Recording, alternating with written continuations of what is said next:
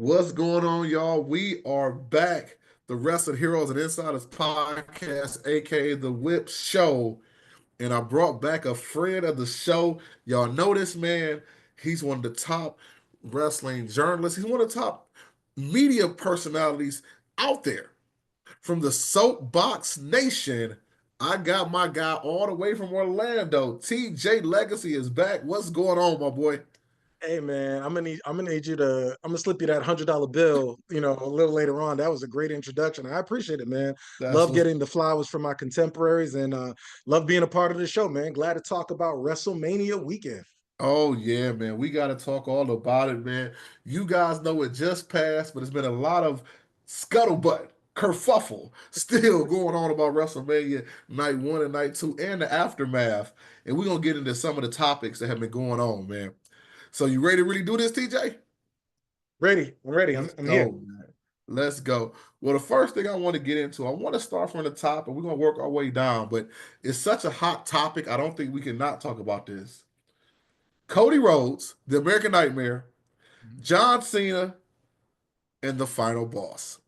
Now, the Mm. first thing I want to say to you before we go anywhere, what did you think about that night two main event?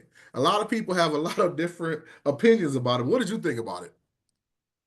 I thought the night two, when it happened, I tweeted on the conclusion of it. I tweeted, I said, the night two main event ended like an episode of Monday Nitro. And for Woo! those who it was very for those who don't know what that means as a wrestling historian, it was very anticlimactic. It seemed like John Cena was playing the role of Hollywood Hogan and Travis Scott was Dennis Rodman, and then there was this finish that didn't really seem like a finish. It seemed like, okay, there must be something else. And then they were saying, all right, well, we'll see you next week. And we're like, wait a minute, what? And it left people scratching their heads as to what the creative direction actually was. That's how I initially felt. Okay, okay. Now I'm glad you touched on it. I didn't even think about that concept. And guys, if you don't know about them Monday Nitros back in the day, go on to Peacock and look at some of those episodes. Man, Did I date myself? trust me, and you'll know exactly the reference that he's referring to, man. Yeah. Now, you already talked about it. I want to go a little further. Travis Scott's involvement in this match. A lot of people have been putting the thumbs down for this, man. What did you think about Travis Scott being? And keep in mind, a lot of people already were mad about him in the Elimination Chamber, but in Mhm. the main event of WrestleMania having such a big spot, how did you feel as not a journalist, as a fan watching that? Actually, unpopular opinion, I don't mind this Travis Scott involvement, to be honest with you. I get it because people need to understand, yes, we love pro wrestling, but WWE is a business and it's sports entertainment. So Mhm. involving in WrestleMania has always involved celebrities. It's whether it's Mr. T or Muhammad Ali or any of these, any rappers or singers, they've all Bad Bunny, all these people, like, it's evolving. Wrestling is evolving. Travis Scott's one of the biggest stars out there, and he's a wrestling fan. Apparently, from all the reports backstage, he's gracious and humble about his involvement. It's not like he's pushing it himself. So if he's providing his services to say he wants to be involved, then and it's also going to bring more eyeballs to a younger audience of people that like Travis Scott, that want to know what he's doing in wrestling. And it's, WWE is chasing viral moments. And Travis Scott getting a Cody cutter from Cody, that makes Cody a bigger star because now people Mhm. are like, well, who just hit Travis Scott? Who just speared I Show Speed? Meaning, I got to look at Braun Breaker. So I get the formula. So it really doesn't bother me as long as the payoff in the end is that the professional wrestler goes over on top eventually. I'm glad you said that, man, because I know you've been hearing everybody online. They've been getting so mad at Travis Scott. Bully Ray act like he wants to fight Travis Scott, knowing Travis Scott didn't write the story. And it's but what you just said also was very important. I Mhm, moved from Dearborn, Michigan, which is right outside of Detroit, to Lansing, mhm, Michigan. Every single morning, I listen to a radio station here, other than mine. I mhm. shouldn't say that. But anyway, they give a report on the sports, the news, But every single morning, they have a connect because of what happened at WrestleMania for the last 2 days. That's been in the actual news report. They say hip hop news, entertainment news. Travis Scott was at WrestleMania with Cody Rhodes. So now people listening to that radio station that had no idea about WrestleMania, who Cody Rhodes were, any of that, are getting to say, whoa, Travis Scott was at wrestling? Come on now. So yeah, I think people forgetting that, and like you said, it is entertainment. We've had, whether people like her or not, Sexy Red causes moments. All these different celebrities cause Mhm. moments, and like you said, I Show Speed. It's making viral moments, and that's all Triple H is looking for. It's their it's WWE's formula. Even when you look at the media and you look at the format of WrestleMania and what they're trying to do, yeah, I'm sure we'll talk about other things that have happened. But yeah, they're chasing that algorithm. They want to Mhm. be talked about. They want to be trending, and so uh, they're here to build stars, but then they also are using other people's star power in order to Mhm. do it. That's exactly what Bully Ray is doing. Bully Ray knows the game. He's like, okay, if Yeah. I talk about Travis Scott might mention me. And guess what? All right. And then if Travis Scott mentions me, now people are going to look at to see who Bully Ray is and potentially want to see a Bully Ray Travis Scott match since Travis Scott has said he wants to get in the ring. Bully Mhm. Ray is a businessman and he's a smart wrestling mind too. So that's why he's on LFG. So yeah, so don't buy into it. A lot of it is smoke and mirrors, but everybody is looking to that hypergamy of clout chasing Yeah. within professional wrestling. And at times it can hinder the product, but you have to understand what the business is, especially with TKO governing things. That is absolutely true. And I want to piggyback off that one more time before I go to the next thing. Think about this, guys. When y'all, even with us as media, we get there, they approve us, we get access to the meet and greets, the media interviews. But chasing the algorithm, you ever notice they put certain media people, they give them even more access than they do others because certain media people they feel like have 100,000, 500,000, a million followers are always inside the algorithm, so they give them a little bit more access to other people. There's a tier for all of this stuff, man. So guys, Mhm. definitely, like you just said, I totally agree, man. Now, speaking of Travis Scott, I was able to watch it. I don't know if you saw it, The Rock on Pat McAfee. Did you get a chance to check it out? I didn't see the entire interview all the way through, but I did see the majority of the clips of the important part. I do know his stance on things. So there's a lot. There was a lot he said, and to everybody that didn't watch it, he made a statement to say he was speaking as Dwayne Johnson, board member of TKO. He wasn't the final boss. But with that being said, the main event of WrestleMania, he stated that he was at home. He watched it from the crib. He was not shooting anything. He was at home. Mhm. He said he was asked to come back at Elimination Chamber because WWE ticket sales were down. But he also said one thing he would have changed the match itself a little bit with Cody and Cena. He also stated that he did not know Travis Scott was going to be out there because he knew it would cause people, and when he saw it, would cause people to think he was going to be out there, even though he never said he was going to be out there. How do you feel about The Rock not being involved at all in the WrestleMania build-up and not showing up when everybody wanted him to be there? I think The Rock, I think he likes pro wrestling. I don't think he loves pro wrestling anymore. I Mm. think he loves acting and he loves being liked. And so I think that has a lot to do with this back and forth hopscotch, double dutch that he does when it comes to WWE and Hollywood. And The Rock's involvement, I think The Rock is more loyal to the members, and this is just my conjecture. I believe The Rock, it comes off that The Rock is more loyal and to Ari and the members of TKO rather than he is to the actual WWE in the product. So when they call him and they say, "Hey, we need you to do us a solid," he's doing a solid for TKO. He's not necessarily doing it for WWE. He's just saying, "Okay, if I'm going to be involved, then things should go my way." so that I am the center of the attention or the center of the storyline.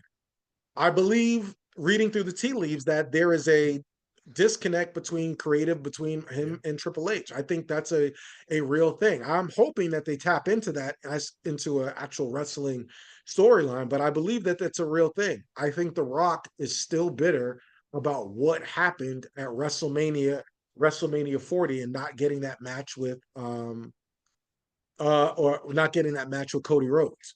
I mean, with Roman. Roman Reigns, and missing That, out. So it's almost like, if you're not going to follow my lead or my directive of how I want things to go, well, then I'm going to take my ball. I'm going to go home, and then if it falls flat, then Triple H will learn that he to do things my way, and then TKO and the other people will see and expose Triple H for his bad creative decisions of not doing things the Rock's way. So I think it was a bit of posturing, a bit of one-upsmanship, and that's the issue. I don't believe for 1 second he is saying, "Oh, I didn't want to be involved because I didn't want to take the spotlight away from John Cena in his 17th." I don't think Rock cares about that at all. yeah, I definitely That's just think that my was. opinion. I think that definitely was BS. There's no way. Rock wants all the spotlight if he could get it, man. They just had Matt Kemp. He was on Busted Open Radio, and he was kind Mhm. of saying the same thing you were, that he has friends still in WWE, and a lot of them are saying that it is a back and forth battle between The Rock and creative. They say they also don't like the way that he bounces in here, he comes out, he bounces in here, he's out of there. So it makes a lot of sense. You're probably right about that, man. I think what it is just comes off disingenuous. What he did at the debut of Raw on Netflix, where he was bigging up Cody Rhodes and acting like Dwayne Johnson when everybody was like, okay, expecting the final boss. Like he needs to make his mind up, right? Like Triple H has made his mind up. He is the CEO, COO. He's in the back. He's going to make the decisions. He's going to do the creative.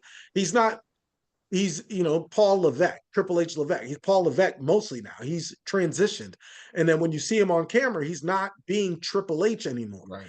I think The Rock hasn't made that decision yet. He doesn't know where he fits in as The Rock, and he's still trying to find his way how he fits in as Dwayne.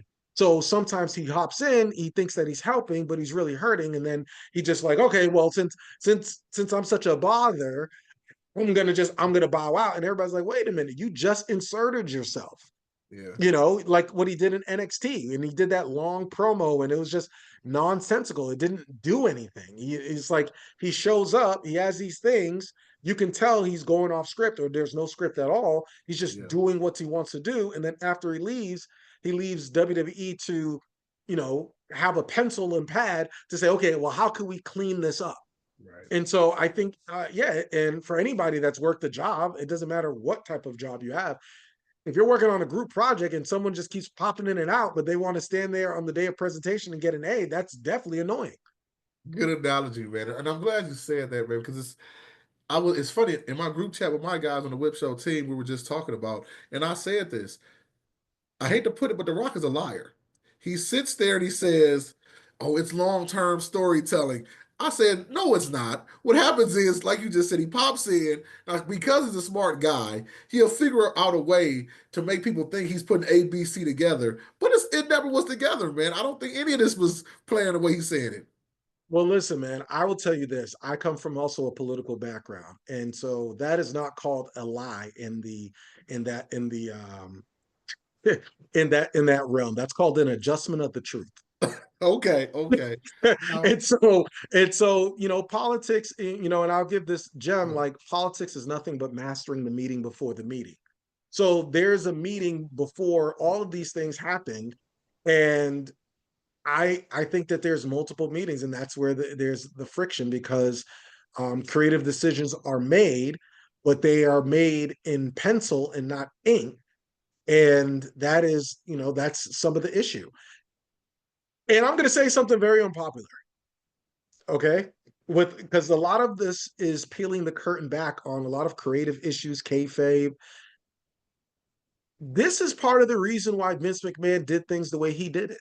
As much as you could say about Vince and his personal transgressions, a lot of the decision making, he kind of kept close to the vest and was like, no, I'm going to be the final one to say this or do Yeah. this and not do things by committee, because when you have too many cooks in the kitchen, the something in the soup ain't right.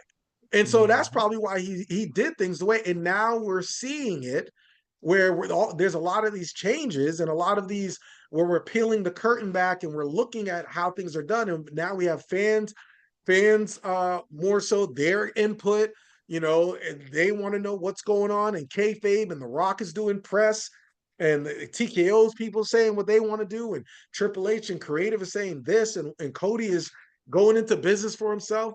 A lot of this stuff didn't happen when you had Vince there. And so I believe it's an adjustment for everybody to figure out who really is the quarterback, who is at the helm. And I think therein lies the problem.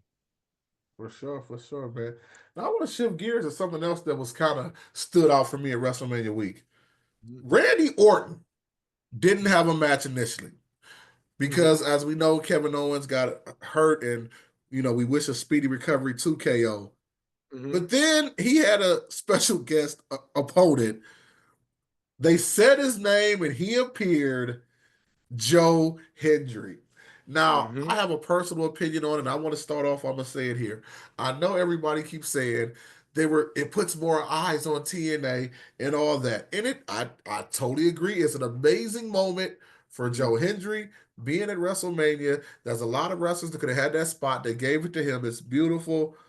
But WWE has always done this. They want to make sure they are considered the biggest thing in the world. So they said he could have had that match with Randy Orton and lost. I have no problem with that, even though he's the TNA World, and I say that World Champion. But to be Mm-hmm. picked up, arm raised, when you get in the crowd going crazy, instead of just having you and Randy doing the Joe Hendry turn, when you could have helped put TNA over, because let's be Mm-hmm. honest, in my opinion, essentially WWE is going to try to buy TNA down the road. They definitely want the library at least. You Mm-hmm. had him, the world champion, get put down again. Not to mention, if you actually look at how the match was worked, all Joe Hendry's little spots, like his choke slam, Randy looked at his head like, man, what the heck are you doing? So he never even really put him over a lot in the match. But Yeah. again, I get the whole, it gets more eyes on TNA, but I would have liked them to just make TNA look a little bit stronger. Just my opinion. Your thoughts? I don't necessarily think it made TNA look weak. Again, WrestleMania is so big; it's on Peacock, and people are looking at it. When he came out to in the Royal Rumble, everybody was he came out to one of the biggest pops besides Alexa Bliss of the night. And people are like, who is this Joe Hendry? It went viral. Joe Hendry is a viral sensation because he has learned to use social media Mm-hmm. in order to create a buzz around him and his character. Joe Hendry is also an underdog.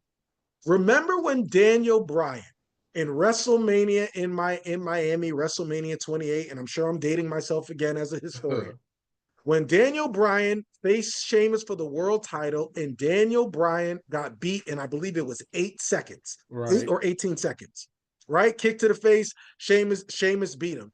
Everybody was like, what? This is this was, I can't believe they did it to Daniel Bryan. And that was one of the foundational moments to create the Yes movement, right?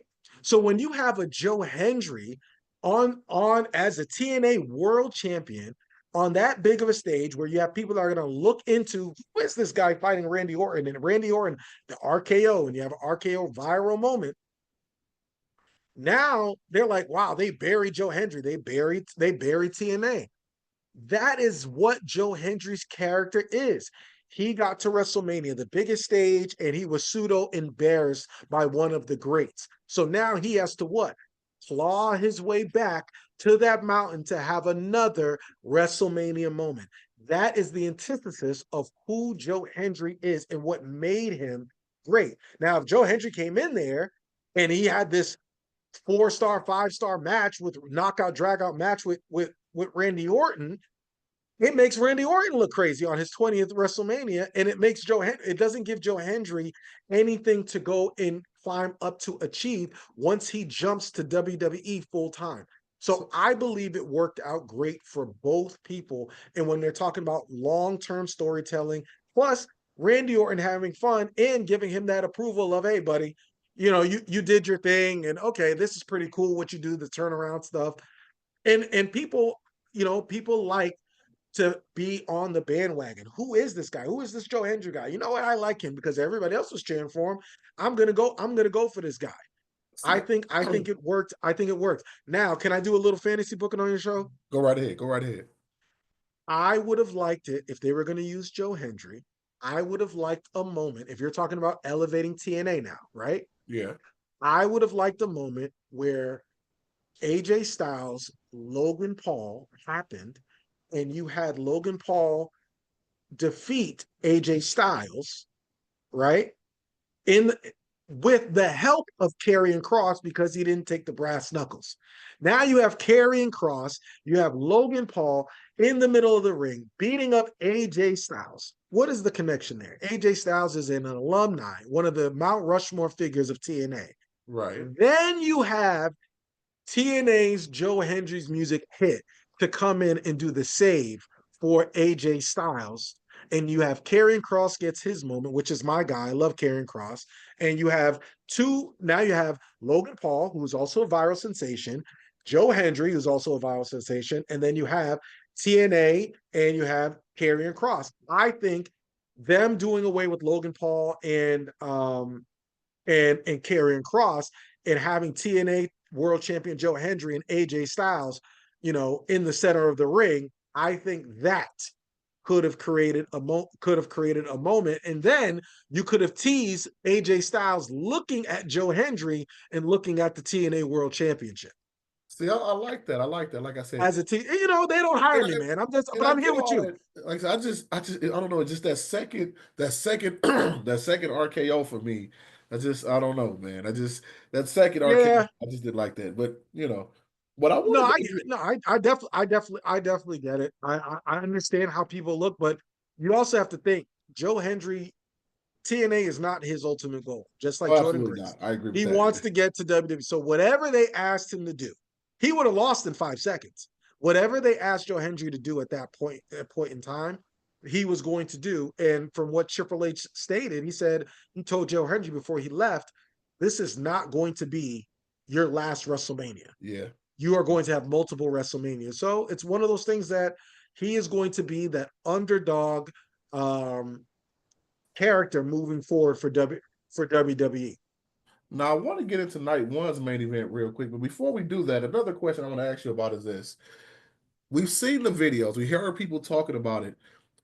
People had a ball at WrestleMania. They had more events this year than they probably have had any year. But one thing people have talked about is the pricing of WWE events Mm. since TKO has become involved. And I want to ask you, do you think they are almost pricing out the regular fan?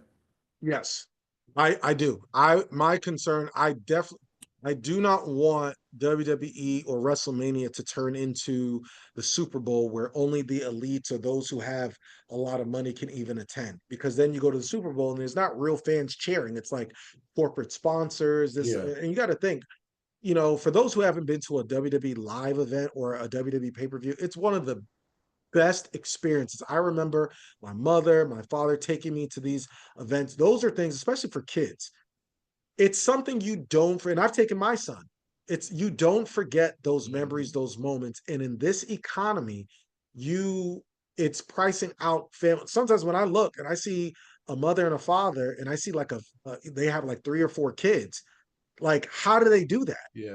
In this economy, it's so there should be a cap. There's a certain loyalty. Yes, it's a business, but there's a certain loyalty to your consumer that you have to Mhm. have. And I think there should be a lot more consideration when it comes to ticket prices so that fans and families can attend these events because that's ultimately the foundation of professional wrestling.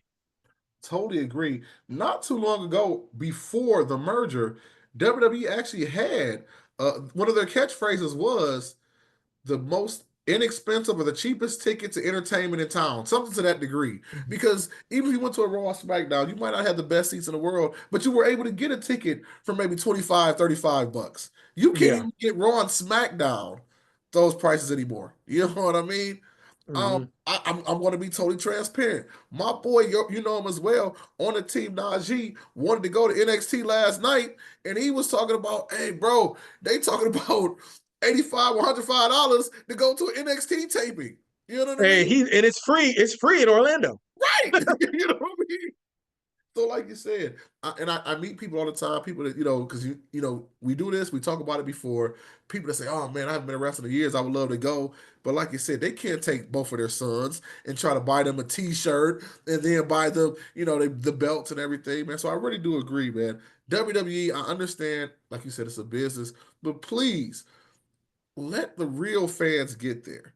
Because we were the Yeah. ones that kept this thing going when there were bad times in WWE, the show was Yeah. horrible. We were the ones that, you know what, no matter how bad the show is, we're still going to go when it came to our town. You know exactly what I'm talking about.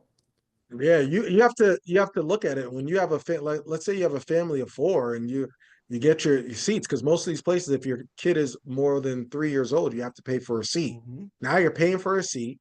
Your kids want t-shirts, so you got to get your t-shirts and your merch. They want a foam figure, they want chicken fingers, they want soda, they want championship belts, and all Mhm. this stuff is expensive. And then you got to think about rest if you're traveling to WrestleMania, your hotel, your airfare.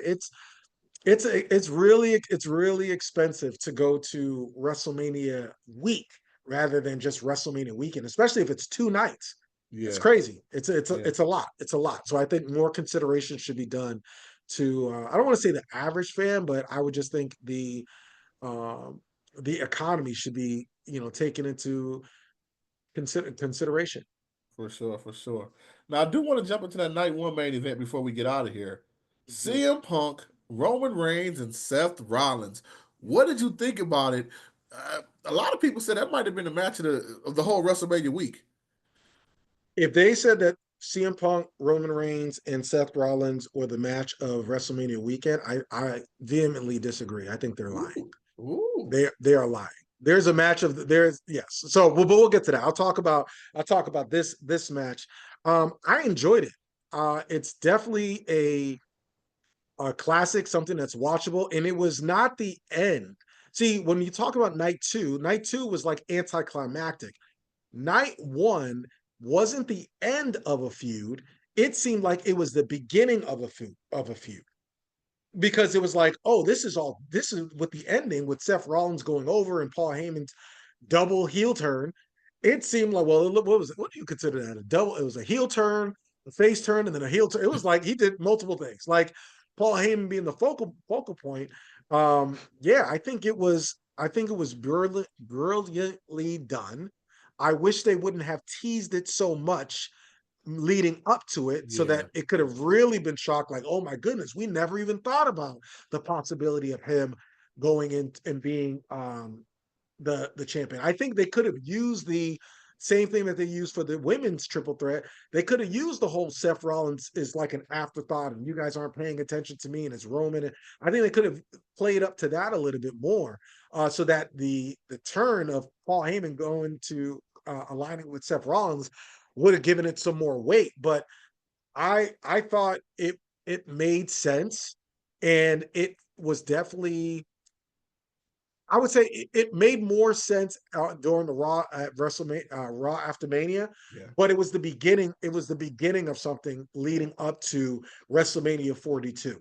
So that's a different style of booking that I actually agreed with. Okay, okay. Well, since you already kind of went there in your previous talk, let's do it. What was the match of the week? Listen, I don't know. There's rare things in sports where you're just like, okay, this is a guarantee. When LeBron James came in, we're like, okay, this dude, he's on the cover. We're like, this, he did not bust at all. Yeah. Like as a sports figure, as an athlete. When they said Io Sky, Bianca Ooh. Belair, and Rhea Ripley were going to have a triple threat match, there was zero chance of that match not being good. What they did was they exceeded expectations to that was the greatest women's match in WrestleMania history. Let me put it in context for you. WWE just ranked the 50 greatest matches in WrestleMania history. Hmm. Number 10 is Ronda Rousey versus Charlotte Flair versus Becky Lynch. That's number 10.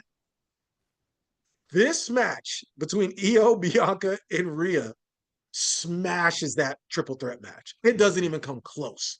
So we just witnessed one of the greatest matches in WrestleMania history. When there is someone who is not a wrestling fan that says, "Hey, what's wrestling about?" Or you want to get them into wrestling, there's a couple matches that I would show them.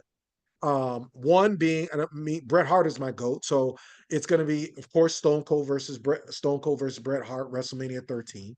I always show Mankind versus Undertaker, Hell in a Cell, because the whole wrestling is fake. I like to see their eyes pop out of their head, like, "Whoa, what's going on?" Then I like showing them, for the technical wrestling, I like showing them Mr. Perfect, Bret Hart, and some at SummerSlam. I'm going to start showing people Io versus Bianca versus Rhea. It was that good to me. I don't know. I don't think I've seen too many, like, I don't do wrestling ratings and stuff. I'm not that. But whatever a 5 star is, it was that. I believe it was that good. Now I am upset that Bianca did not go over, and her WrestleMania streak is over. But man, that was a really good match where you can actually, part of looking at WrestleMania moments and WrestleMania matches is rewatchability. Will you go back a year, 2 years from now and go rewatch? Can you rewatch that and be just as entertained and and like it and enjoy it? And I think that was one of the greatest matches. Definitely one of the greatest women's matches, but greatest matches I've seen at WrestleMania. For sure, man, for sure. Well, I want to close out with this question to you, man, and just come off the dome of what you think. Yeah. What were the pros and cons of WrestleMania week? Whether it be matches, whether it be just the energy, just the whole spectacle. What would you say are some of the pros and cons?